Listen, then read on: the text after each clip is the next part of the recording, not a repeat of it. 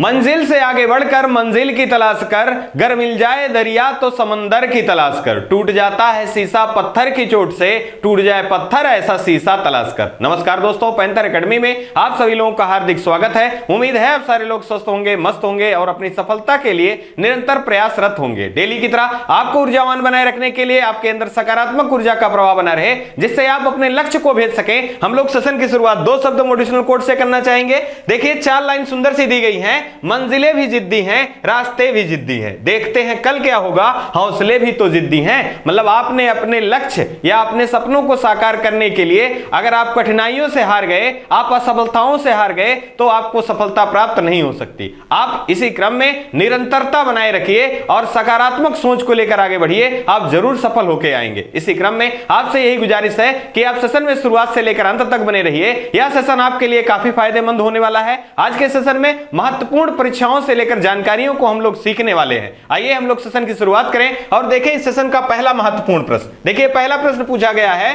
प्रतिवर्ष विश्व ओजोन संरक्षण दिवस किस दिवस को मनाया जाता है? यहां पहला विकल्प है 16 सितंबर, दूसरा 11 सितंबर, तीसरा 10 सितंबर, चौथा जी आया 14 सितंबर। यहां जो सही विकल्प हमारा होगा दोस्तों, यह 16 सितंबर। अब बात की जाए कि 16 सितंबर को विश्व ओजोन संरक्षण दिवस मनाया जाता है, तो यहां से आपको याद रखना है 16 सितंबर 1987 में मॉन्ट्रियल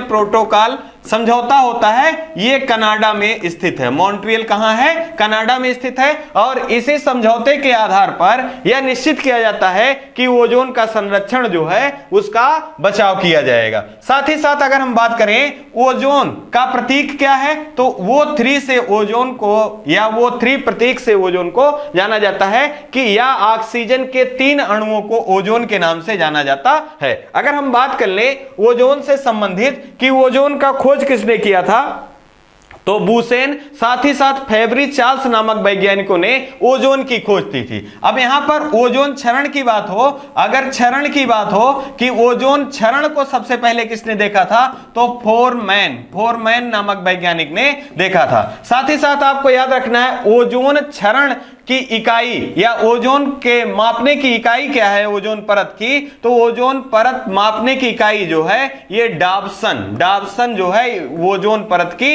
इकाई है। साथ ही साथ आपको याद रखना है ओजोन से एक महत्वपूर्ण प्रश्न पूछा जाता है कि ओजोन जो अल्ट्रावायलेट किरणें हैं इनसे क्या प्रदान करता है? सुरक्षा प्रदान करता है। अगर ओजोन संरक्षण ना किया जाए या ओजोन का क्षरण ज्यादा हो तो उससे किस प्रकार की बीमारियां होगी, तो त्वचा संबंधी या ओजोन के ज्यादा क्षरण से त्वचा संबंधी बीमारियां जैसे स्किन कैंसर जैसी बीमारियां होने की संभावना प्रबल है। साथ ही साथ अगर हम बात करें कि ओजोन क्षरण के लिए सबसे ज्यादा जिम्मेदार गैस है, वो गैस कौन सी है? कई बार पूछा जाता है, तो इसको CFC इसको कहा जाता है क्लोरोफ्लोरोकार्बन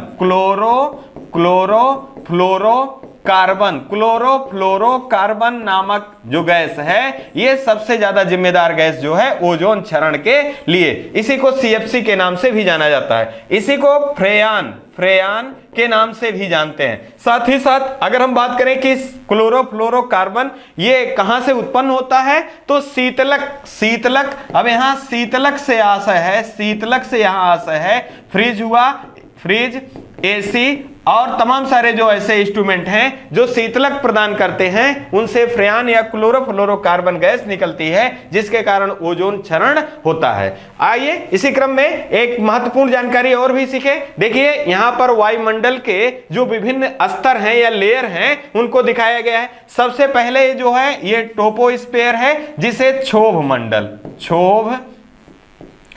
मंडल के नाम से जाना जाता है। अब यहां पर आपसे प्रश्न भी पूछा गया है कि क्षोभ मौसम संबंधी घटनाएं कहां होती हैं, तो मौसम संबंधी घटनाएं, सारी घटनाएं जो होती हैं ये क्षोभ मंडल में होती हैं। दूसरा जो ये मंडल है ये स्ट्रेटोस्फेयर इसी नाम से पूछा जाता है और इसका हिंदी जो नाम है समताप समताप मंडल, समताप मंडल है। तो आपसे अगर पूछा जाए कि ओजोन लेयर कहां पाई जाती है, अगर आप प्रश्न में देखें तो स्ट्रेटोस्फीयर हो या समताप मंडल हो, यहां पर ओजोन लेयर पाया जाता है। इसके बाद मीजोस्फीयर होता है, फिर इसके बाद आपका थर्मोस्फीयर होता है, फिर एक्सोस्फीयर। ये वायुमंडल की कुछ परतें हैं जिनको आपको दिखाए जाने की कोशिश की गई है। साथ ही साथ थीम भी पूछा जाता है ओजोन का। तो 2022 की जो ओजोन दिवस है, इसकी थीम क्या है? पृथ्वी पर जीवन की रक्षा करने वाला जैविक सहयोग जो है, इसका थीम है। अब यहां से एक प्रश्न और भी आपको याद रखना है कि मॉन्ट्रियल प्रोटोकॉल जो 1987 ईस्वी में कनाडा में आयोजित किया गया था, इसके कितने साल बीत गए हैं? तो ये 35 वर्ष ये बीत चुके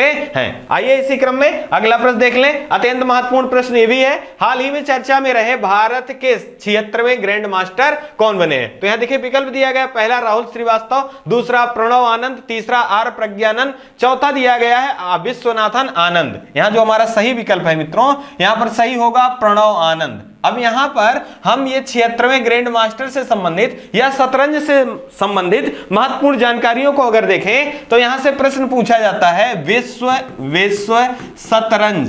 शतरंज महासंघ, विश्व शतरंज महासंघ की स्थापना कब की गई थी? तो 20 जुलाई 1924 में इसकी स्थापना की गई थी। इसी कारण प्रत्येक वर्ष 20 जुलाई को विश्व शतरंज दिवस के रूप में मनाया जाता है। इसका मुख्यालय कहां है? तो इसका मुख्यालय लुसाने में है। और लुसाने किस देश का शहर है? तो ये स्विट्जरलैंड का शहर है। स्विट्जरलैंड की राजधानी क्या है? बर्न है। साथ ही साथ अगर हम बात करें कि इसके प्रमुख कौन है? विश्व शतरंज महासंघ के प्रमुख कौन है? तो जियानी इन्फेंटिनो जो है इसके प्रमुख हैं। और हाल ही में भारत के विश्वनाथन आनंद जी को प्रेसिडेंट नियुक्त किया गया है। किसका? विश्व शतरंज महासंघ का। अगर हम बात करें यहां कि भारत के पहले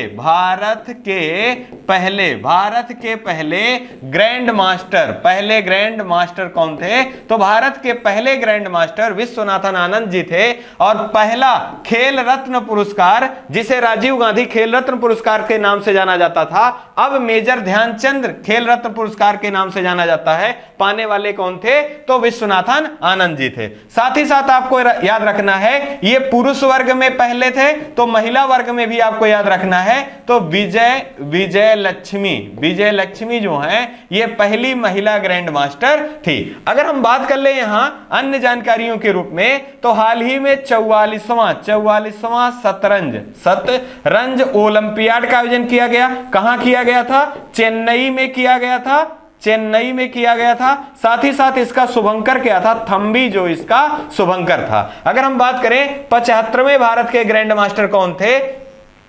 तो वी प्रणव जो हैं, ये 75वें ग्रैंड मास्टर थे। और 76वें जो ग्रैंड मास्टर हैं प्रणव आनंद हैं। अब दो प्रश्न और भी आपको याद रखने हैं। अगर विश्व में पूछा जाए कि विश्व में सबसे कम उम्र के ग्रैंड मास्टर कौन है, तो अभिमन्यु मिश्रा हैं। ये यूएसए के हैं, भारतीय मूल के। साथ ही साथ अगर भारत के परिप्रेक्ष्य में पूछा जाए तो डी गुकेश जो हैं, ये भारत के सबसे कम उम्र के शतरंज खिलाड़ी हैं। यहां एक नाम और भी आपको याद रखना है, आर प्रज्ञानन ने एक वर्ष में 3 बार दुनिया के सर्वश्रेष्ठ खिलाड़ी या नंबर 1 खिलाड़ी मैग्नस कार्लसन को 3 बार पराजित किया। आइए इसी क्रम में एक पिक्चर के माध्यम से देखें। यहां देखिए आपको प्रणव आनंद का फोटो दिखाया गया है। और ये भारत के 76वें ग्रैंड मास्टर हैं। जबकि यहां विश्वनाथन आनंद जी का दिखाया गया है। शतरंज महासंघ को फीडे के नाम से भी जानते हैं। तो प्रेसिडेंट के रूप में किसे नियुक्त किया गया है? विश्वनाथन आनंद जी को। आइए अगले प्रश्न को देखें। हाल ही में चर्चा में रहा नामीबिया से लाए गए 8 चीतों को किस राष्ट्रीय उद्यान में रखा जाएगा? यहां बहुत महत्वपूर्ण प्रश्न यह है, आपको जरूर नोट डाउन करना चाहिए। देखिए पहला दिया गया काजीरंगा नेशनल पार्क, दूसरा सत्यमंगलम टाइगर रिजर्व, तीसरा कूनो राष्ट्रीय उद्यान और चौथा जो दिया गया पीलीभीत टाइगर रिजर्व। यहां जो हमारा सही विकल्प होगा, विकल्प नंबर सी सही होगा, कुन्नू राष्ट्रीय उद्यान में नामीबिया से लाए गए 8 चीतों को रखा जाएगा। अगर हम बात करें कुन्नू राष्ट्रीय उद्यान कहां पर स्थित है, मध्य प्रदेश में स्थित है। मध्य प्रदेश, अगर हम बात करें तो मध्य प्रदेश के मुख्यमंत्री कौन है, तो शिवराज सिंह चौहान जी जो हैं ये मध्य प्रदेश के मुख्यमंत्री हैं। साथ ही साथ आपको याद रखना है क्षेत्रफल के आधार पर, क्षेत्रफल के आधार पर मध्य प्रदेश भारत का दूसरा सबसे बड़ा राज्य है। अगर बात कर लें जनसंख्या की तो जनसंख्या के आधार पर भारत का 5वां सर्वाधिक जनसंख्या वाला राज्य कौन सा है, मध्य प्रदेश है। मध्य प्रदेश को टाइगर स्टेट के नाम से भी जाना जाता है। अगर हम बात करें कि भारत में सर्वाधिक वन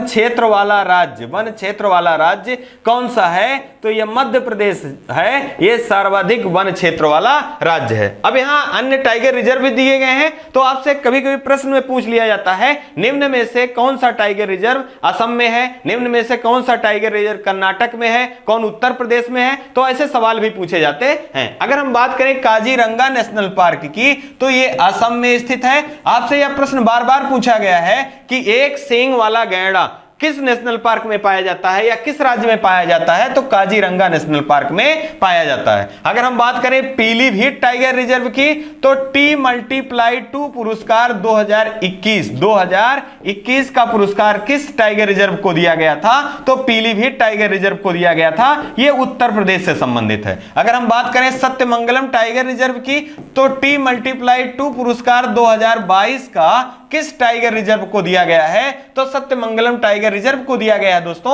और यह कहां संबंधित है, यह तमिलनाडु राज्य से संबंधित है। यह सारे प्रश्न आपकी परीक्षाओं के लिए अत्यंत महत्वपूर्ण है। खोल दे पंख मेरे कहता है परिंदा, अभी उड़ान बाकी है, जमीन नहीं है मंजिल मेरी, अभी तो पूरा आसमान बाकी है। अपने आप में सकारात्मक विचारों को लेकर, सकारात्मक सोच को लेकर निरंतरता को बनाए रखिए। आप यकीन मानिए परीक्षा में 100% प्रश्न को सही करके आने वाले हैं। आइए इसी क्रम में अगला देखें। यहां देखिए कुछ महत्वपूर्ण टाइगर रिजर्व दिए गए हैं। अब यहां देखिए पहला जो आपका दिया गया है कॉर्बेट नेशनल पार्क, इसे जिम कॉर्बेट नेशनल पार्क के नाम से जाना जाता था और पहले इसका नाम शुरुआत में क्या था, हैली नेशनल पार्क था और यह उत्तराखंड में है और इसका नाम परिवर्तित करके रामगंगा नेशनल पार्क कर दिया गया है। अगर बात करें कान्हा नेशनल पार्क, यह कहां स्थित है, मध्य प्रदेश में। काजीरंगा के बारे में अभी हम लोगों ने बात किया, असम राज्य से संबंधित है। अगर बात करें गिरी, अगर बात करें वंशदा, अगर बात करें ब्लैक बक नेशनल पार्क कहां स्थित है, तो यह गुजरात राज्य से संबंधित है। अंसी, बन्नेरघट्टा, बांदीपुर नेशनल पार्क कहां स्थित है, कर्नाटक राज्य में। दुधवा नेशनल पार्क अगर हम बात करें तो उत्तर प्रदेश में एकमात्र national park Dudhwa national park है। अगर बात करें सिंपलीपाल नेशनल पार्क की तो ये उड़ीसा राज्य में स्थित है। ये सारे नेशनल पार्क आपको जरूर याद रखना है, इसे नोट डाउन करिए और एक से अधिक बार रिवाइज करेंगे तो आपका ये सारा नेशनल पार्क तैयार जरूर हो जाएगा। आइए इसी क्रम में अगला देख लें। हाल ही में चर्चा में रहा वित्तीय स्थिरता और विकास परिषद FSDC की बैठक कहां आयोजित किया गया। यहां देखिए पहला विकल्प दिया है चेन्नई, दूसरा चंडीगढ़, तीसरा गांधीनगर, चौथा मुंबई। यहां हमारा जो सही विकल्प है मित्रों, विकल्प नंबर डी होगा, मुंबई में। अब पहले हम ये जाने दोस्तों कि ये वित्तीय स्थिरता और विकास परिषद का उद्देश्य क्या है। तो आजकल समाचारों में या पेपर के माध्यम से आपने पढ़ा होगा कि महंगाई बढ़ती जा रही है और किसी चीज के लिए अगर महंगाई की बात हो, महंगाई बढ़ना या महंगाई कम होना यह सरकार के लिए कठिन समय होता है और उस दौरान इस संस्था के वित्तीय स्थिरता और विकास परिषद की जिम्मेदारी होती है कि इन सारे जो महंगाई का बढ़ना हुआ या महंगाई को कम करना, इन पे कंट्रोल करना या उचित सजेशन देना इसका मुख्य उद्देश्य है। साथ ही साथ अगर हम बात करें कि इसका आयोजन कहां किया गया तो मुंबई में किया गया। अब यहां से आपको एक प्रश्न और भी याद रखना है, क्रम, ये किस क्रम का था, तो यह 26वां था। अब यहां से एक और याद रखिए कि इसका नेतृत्व किसके द्वारा किया गया, तो वित्त मंत्री जो हैं इसके प्रमुख होते हैं या इसके अध्यक्ष होते हैं। इस संस्था के वित्तीय स्थिरता और विकास परिषद की अध्यक्ष कौन होती है? वित्त मंत्री। अब यहां आपको ध्यान रखना है कि भारत की पहली महिला वित्त मंत्री के रूप में या पूर्णकालिक महिला वित्त मंत्री कौन है? तो निर्मला सीतारमण जी जो हैं, रमण जी, ये भारत की पहली वित्त मंत्री हैं पूर्णकालिक। अब यहां वित्त मंत्री की बात हो रही है तो आपको याद रखना है कि राज्य व्यवस्था में या राज्य व्यवस्था के किस अनुच्छेद में बजट का उल्लेख है? तो बजट शब्द का उल्लेख न होकर वार्षिक वित्तीय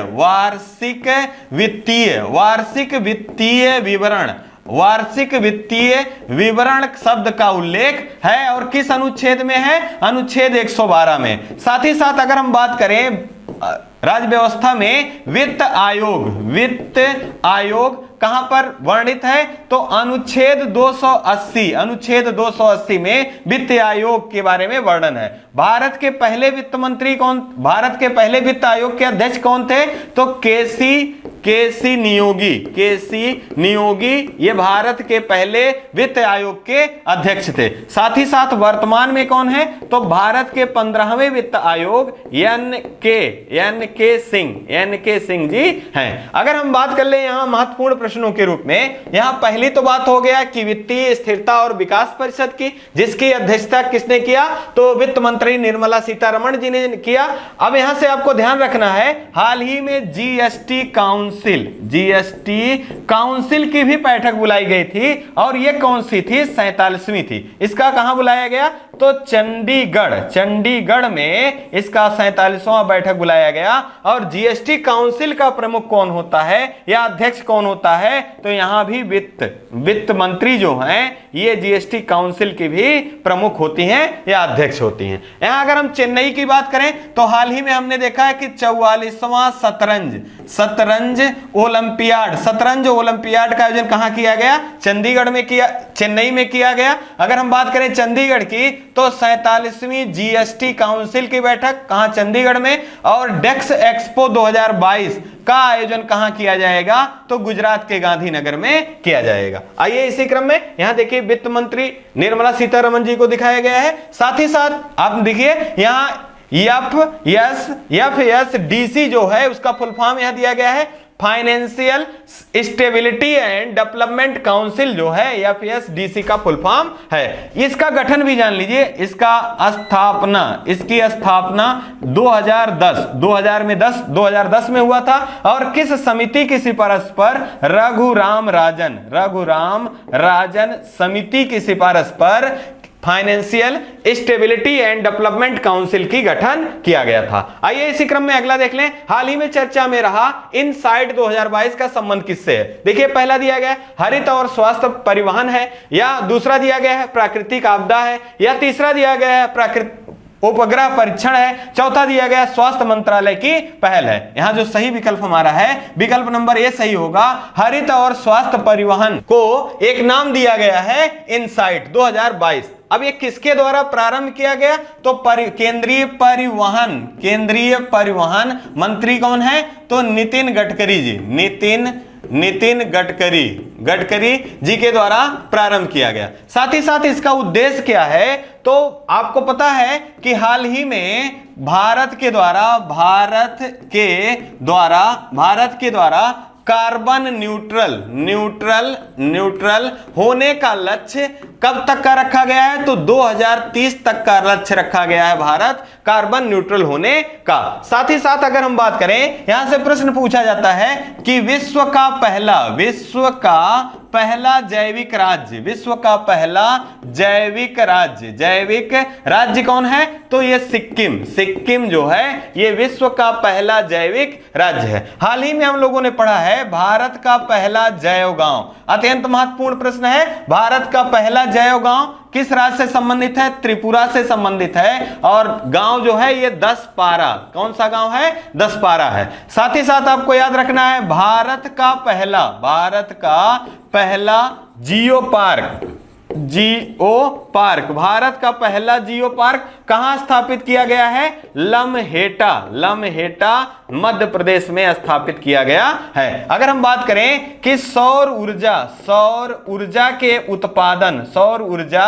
उत्पादन में भारत का कौन सा राज्य सबसे आगे है या पहले स्थान पे कौन सा राज्य है? तो राजस्थान जो है ये 10 मेगावाट सौर ऊर्जा का जो एनर्जी है उत्पादन करने में भारत का पहला राज्य के रूप में है। ये सारे प्रश्न आपको जरूर याद रखने हैं, ये आपकी परीक्षा में जरूर मददगार साबित होंगे। आइए इसी क्रम में देखिए यहां पर इनसाइट के बारे में देखिए नितिन गडकरी जी को दिखाया गया है, साथ ही साथ यहां पर अन्य जो गतिविधियां हैं इसको दिखाया गया है। आइए इसी क्रम में अगला देख लें, हाल ही में किस भारतीय राज्य के द्वारा SC, ST और अन्य पिछड़ा वर्ग EBS के लिए आरक्षण 77% बढ़ा दिया गया? यहां देखिए पहला दिया गया पश्चिम बंगाल, दूसरा छत्तीसगढ़, तीसरा झारखंड, चौथा उत्तराखंड। यहां जो हमारा सही विकल्प है झारखंड। अब झारखंड आपसे याद रखना है, झारखंड,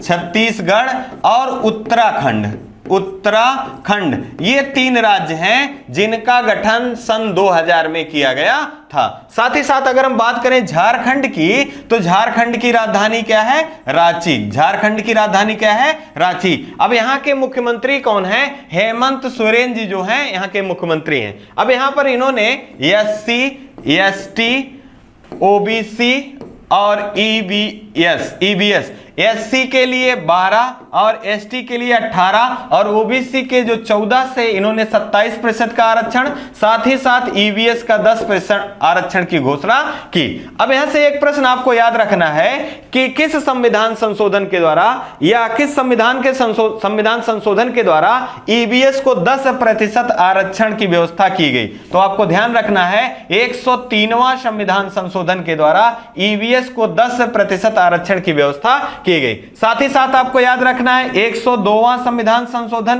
किससे संबंधित है? तो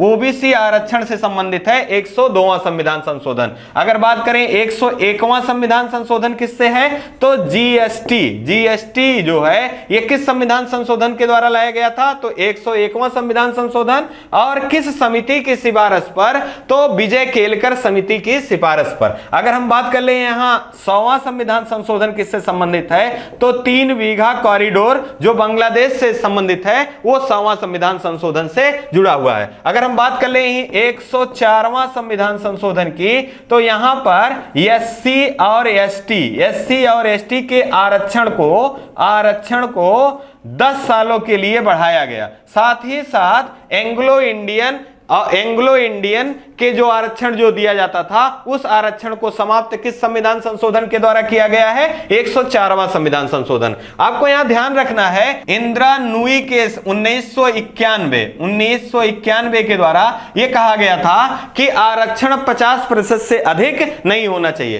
परंतु विषम परिस्थितियों में या विशेष स्थितियों में 50% से अधिक इसे होना भी चाहिए। अगला है हाल ही में Ambedkar and Modi reforms ideas performance implementation नामक पुस्तक का विमोचन किसके द्वारा किया गया? तो देखिए पहला दिया गया नरेंद्र मोदी, दूसरा रामनाथ सिंह, तीसरा द्रौपदी मुर्मू, चौथा राजनाथ सिंह। यहां जो सही विकल्प है दोस्तों, विकल्प नंबर बी सही होगा, रामनाथ कोविंद जी द्वारा Ambedkar and Modi reforms ideas performance implementation नामक पुस्तक का विमोचन किया गया। अब यहां पर अगर हम बात करें तो पूर्व राष्ट्रपति भारत के कौन थे? तो रामनाथ कोविंद जी थे। ये क्रम में कौन से थे? 14वें थे। साथ ही साथ अगर हम बात करें भारत के राष्ट्रपति का पद किस अनुच्छेद में वर्णित है? तो अनुच्छेद 52 में वर्णित है। अगर बात करें शपथ की तो अनुच्छेद 60 में वर्णित है। अगर बात करें महाभियोग की तो 61 में और अनुच्छेद 72 में क्षमादान है। साथ ही साथ आपको याद रखना है राष्ट्रपति के अध्यादेश जारी करने की शक्ति किस अनुच्छेद में है? अनुच्छेद 123 में है। और राष्ट्रपति संयुक्त बैठक किस अनुच्छेद के अनुसार बुलाता है? तो अनुच्छेद 108 के आधार पर संयुक्त बैठक बुलाया जाता है राष्ट्रपति के द्वारा। साथ ही साथ अब यहां एक बुक की बात हो रही है, तो हाल फिलहाल के दिनों में अगर हम देखें जो चर्चा में बुक रही हैं, अगर बात की जाए सम्राट अशोक, सम्राट अशोक, सम्राट अशोक किसकी बुक है? तो ये दया प्रकाश, दया प्रकाश, दया प्रकाश सिन्हा, दया प्रकाश सिन्हा की बुक है। आपको ध्यान रखना है साहित्य अकादमी पुरस्कार से दया प्रकाश सिन्हा को हिंदी भाषा के लिए सम्मानित किया गया है। इनकी पुस्तक का क्या नाम है? सम्राट अशोक है। अगर हम बात कर ले यही महाबली की, महाबली की, तो ये असगर वजाहत, असगर वजाहत, असगर वजाहत जी की बुक है और इनको 31वां व्यास सम्मान, 31वां व्यास सम्मान से किसे सम्मानित किया गया है? असगर वजाहत जी को। अगर हम बात कर ले यही tomb of the sand, tomb of the sand या रेत की समाधि किसकी पुस्तक है? तो गीतांजलि श्री की बुक है। और अंतरराष्ट्रीय बुकर पुरस्कार पाने वाली पहली भारतीय महिला कौन है? गीतांजलि श्री है। उनकी कृति क्या है? टॉम्ब ऑफ सैंड है। अगर हम बात करें यहां द्रौपदी मुर्मू जी से, तो ये क्रम में किस क्रम की राष्ट्रपति हैं? तो 15वीं है और महिला के रूप में दूसरी हैं। पहली कौन थी? तो प्रतिभा देवी पाटिल जी थी। और साथ ही साथ अगर आदिवासी की बात करें तो आदिवासी के रूप में पहली महिला राष्ट्रपति के रूप में है। आइए इसी क्रम में यहां देखिए पूर्व राष्ट्रपति महोदय का पिक्चर दिखाया गया है, साथ ही साथ ये पुस्तक का विमोचन करते हुए भी दिखाए गए हैं। आइए अगले प्रश्न को देखें। हाल ही में किस राज्य ने अपना 17वां वर्ल्ड सेंचुरी गठित किया है? यहां देखिए विकल्प दिया गया केरल, कर्नाटक, तमिलनाडु, आंध्र प्रदेश। यहां जो सही विकल्प हमारा है दोस्तों, विकल्प नंबर सी सही होगा, तमिलनाडु। तमिलनाडु की राजधानी क्या है? तो चेन्नई जो है तमिलनाडु की राजधानी है। और यहां के मुख्यमंत्री कौन है? तो एम के स्टालिन जी जो हैं यहाँ के मुख्यमंत्री हैं, जबकि आर एन रवि जी यहाँ के राज्यपाल हैं। अब यहां से आपको ध्यान रखना है कि तमिलनाडु में 17वां वर्ल्ड सेंचुरी गठित किया गया है। अब ये वर्ल्ड सेंचुरी किस आधार पर गठित किया गया है? तो वन्य जीव संरक्षण अधिनियम 1972 के तहत यह संरक्षण या सेंचुरी 17वां सेंचुरी गठित किया गया है। साथ ही साथ अब वन्य जीव संरक्षण अधिनियम की बात हो रही है, तो आपको ध्यान रखना है वन संरक्षण अधिनियम कब पारित किया गया था? तो 1980 में वन संरक्षण अधिनियम पारित किया गया था। एक प्रश्न और भी याद रखना है, पर्यावरण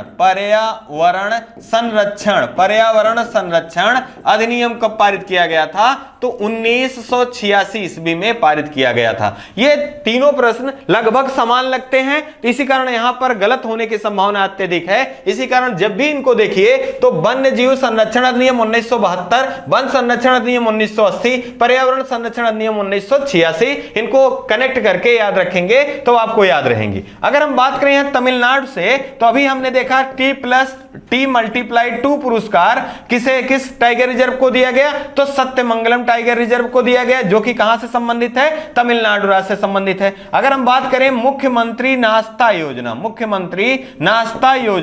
किसके द्वारा प्रारंभ किया गया? तो मुख्यमंत्री नाश्ता योजना जो है ये तमिलनाडु सरकार के द्वारा प्रारंभ किया गया। अगला प्रश्न देख लें। हाल ही में चर्चा में रहा मिशन अमृत सरोवर के क्रियान्वयन में कौन सा राज्य प्रथम रहा? यहां देखिए ये प्रश्न अत्यंत महत्वपूर्ण है और चर्चा में भी है। तो यहां देखिए विकल्प पहला उत्तर प्रदेश, दूसरा मध्य प्रदेश, तीसरा राजस्थान, चौथा उड़ीसा। यहां जो सही हमारा विकल्प है विकल्प नंबर ये उत्तर प्रदेश। अब यहां बात करें उत्तर प्रदेश की राजधानी क्या है? लखनऊ जो है यहां की राजधानी है। साथ ही साथ अगर बात करें मुख्यमंत्री कौन है? तो योगी आदित्यनाथ जी हैं। और यहां की राज्यपाल कौन है? तो आनंदीबेन पटेल जी यहां की राज्यपाल हैं। अब मिशन अमृत सरोवर की बात करें, इससे पहले हम जाने कि एक प्रश्न आपसे चर्चा हो चुका है कि भारत का पहला अमृत सरोवर कहां पर स्थापित किया गया है? तो उत्तर प्रदेश के रामपुर में स्थापित किया गया है। अब यहां बात हो रही मिशन अमृत सरोवर की, तो मिशन अमृत सरोवर का एक ही उद्देश्य है कि जलाशयों के द्वारा जल संरक्षण को बढ़ावा देना। साथ ही साथ अगर हम बात करें यहां पर इस सीरीज में, तो उत्तर प्रदेश पहले स्थान पे है और दूसरे स्थान पे यहां पर आपको याद रखना है राजस्थान दूसरे स्थान पे राजस्थान, जम्मू कश्मीर, जम्मू कश्मीर, अन्य राज्य जो हैं ये क्रमशः इसी क्रम में हैं। अगर हम बात करें हाल ही में राष्ट्रीय जल पुरस्कार, राष्ट्रीय जल पुरस्कारों का भी घोषणा किया गया था, तो पहले स्थान पे कौन है? तो पहले राष्ट्रीय जल पुरस्कारों को पाने वाला पहले स्थान पे उत्तर प्रदेश है। कौन है? उत्तर प्रदेश है। दूसरे स्थान पे राजस्थान, दूसरे स्थान पे राजस्थान है। तीसरे स्थान पे आपको कमेंट बॉक्स में बताना है, कई बार इसके बारे में चर्चा पर चर्चा हो गया है। अगर हम बात करें यहां भारत का पहला नाइट सफारी कहां प्रारंभ किया जा रहा है? तो उत्तर प्रदेश के लखनऊ में प्रारंभ किया जा रहा है। आपको ध्यान रखना है भारतीय विरासत संस्थान कहां स्थापित किए जाने की घोषणा की गई है? तो नोएडा। कहां? नोएडा में। अगर हम बात करें अंतरराष्ट्रीय डेयरी महोत्सव का आयोजन कहां किया गया है? तो अंतरराष्ट्रीय डेयरी सम्मेलन जो है यह भी नोएडा में किया गया, और इसका उद्घाटन किसने किया? प्रधानमंत्री नरेंद्र मोदी जी द्वारा किया गया। साथ ही साथ यह सीईओ से आपको याद रखना है, यह सीईओ ने संघाई सहयोग कॉरपोरेशन के द्वारा किसे सांस्कृतिक राजधानी के रूप में चुना गया है? तो वाराणसी को सांस्कृतिक राजधानी के रूप में चुना गया है, यह सीईओ के द्वारा। आइए इसी क्रम में अगला प्रश्न देख लें। यहां देखिए अमृत सरोवर का एक चित्र दिखाया गया है। इसका मात्र एक उद्देश्य है कि जल संरक्षण को बढ़ावा देना। आइए इस सेशन के लास्ट प्रश्न को देखें, और यह बहुत महत्वपूर्ण प्रश्न है, आपको जरूर नोट डाउन करना चाहिए। हाल ही में किस महान टेनिस खिलाड़ी के द्वारा टेनिस से संन्यास लेने की घोषणा किया गया? पहला देखिए नोवाक जोकोविच, दूसरा रोजर फेडरर, तीसरा दिया राफेल नडाल, चौथा कार्लोस अल्कराज। यहां जो सही विकल्प है मित्रों, रोजर फेडरर ने टेनिस से संन्यास लेने की घोषणा की है। ये किस देश से हैं? स्विट्जरलैंड से हैं। आपको यहां से याद रखना है कि स्विट्जरलैंड में रोजर फेडरर के नाम का सिक्का जलता है। क्या चलता है? सिक्का जलता है। यह भी प्रश्न बना हुआ था कि किस खिलाड़ी के नाम से सिक्का चलता है, तो ये रोजर फेडरर के नाम से सिक्का चलता है। अब यहां से अगर हम बात करें कि रोजर फेडरर ने अपने जो खेल का समय था उस दौरान 20 ग्रैंड स्लैम किसने जीता है? तो ये 20 ग्रैंड स्लैम को जीता है रोजर फेडरर ने। साथ ही साथ आपको याद रखना है 2018 में ऑस्ट्रेलिया ओपन का खिताब किसने जीता था? तो ऑस्ट्रेलिया ओपन का खिताब 2018 में रोजर फेडरर ने जीता था। और सर्वाधिक विंबलडन टेनिस का खिताब किस खिलाड़ी ने जीता है? तो यह जीता है रोजर फेडरर ने। अब यहां बात हो रही है कि इन्होंने 20 ग्रैंड स्लैम जीता है, तो एक प्रश्न और भी आपको ध्यान रखना है कि क्या कोई ऐसा खिलाड़ी है जो दुनिया में सर्वाधिक ग्रैंड स्लैम किसने जीता है? ऐसा भी प्रश्न बन सकता है। तो राफेल नडाल ने सर्वाधिक 22 ग्रैंड स्लैम जीते हैं, और दूसरे नंबर पर रोजर फेडरर हैं, और फिर तीसरे नंबर पर नोवाक जोकोविच हैं। अब राफेल नडाल की बात करें तो ये स्पेन देश से संबंधित हैं। अगर नोवाक जोकोविच की बात करें तो ये सर्बिया से संबंधित हैं। अब हाल फिलहाल में आपको ध्यान होगा कि यूएस ओपन जो टेनिस का किताब है और यह साल का अंतिम किताब होता है, इसे किसने जीता है? तो कार्लोस अल्कराज ने जीता है। ये किस देश के हैं? स्पेन के हैं। और दुनिया के नंबर 1 टेनिस खिलाड़ी वर्तमान में कौन है? तो कार्लोस अल्कराज हैं पुरुष वर्ग में। अगर महिला वर्ग की बात करें तो ईगा स्विएटेक जो हैं ये महिला वर्ग में नंबर 1 खिलाड़ी कौन है? ईगा स्विएटेक है। यहीं पे हम अगर 2022 के जो महत्वपूर्ण आयोजन हुए हैं, जिनका ऑस्ट्रेलिया ओपन जैसे अगर पहला जो होता है ऑस्ट्रेलिया ओपन होता है, ये हार्ड कोर्ट पे होता है। इसका विजेता पुरुष वर्ग में कौन रहे हैं? तो राफेल नडाल रहे हैं, और महिला वर्ग में एशले बार्टी रही। एशले बार्टी ऑस्ट्रेलिया से संबंधित है, इन्होंने संन्यास लेने की घोषणा की। अगर हम बात करें फ्रेंच ओपन की तो पुनः राफेल नडाल ने जीता है, और साथ ही साथ अगर महिला वर्ग में बात करें तो ईगा स्विएटेक ने जीता है। ईगा स्विएटेक पोलैंड से है। अगर बात करें विंबलडन की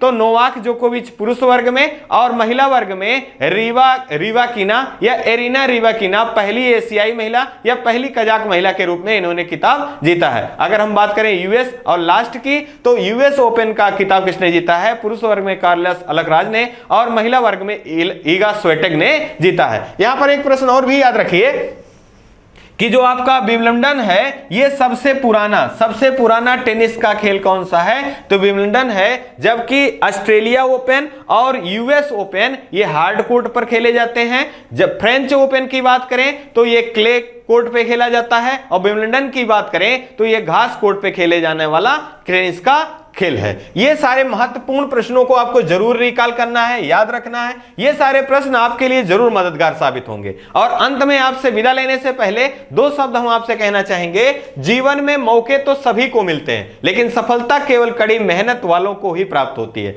मतलब आपको अगर मौका मिला है तो आप अपना एक पल भी ना बिताएं, व्यर्थ ना करें, निरंतर प्रयास करते रहिए, और आप ऐसा कर रहे हैं तो निश्चित ही आप सफलता को प्राप्त करेंगे। इसी क्रम में अगर ये चैनल के द्वारा दिया गया मैटर या चैनल के द्वारा दी गई जो जानकारियां हैं आपको पसंद आ रही हो, तो चैनल को लाइक करना, सब्सक्राइब करना और शेयर करना ना भूलें। आप अपना और अपने परिवार का खूब ढेर सारा ध्यान रखें। जय हिंद, जय भारत।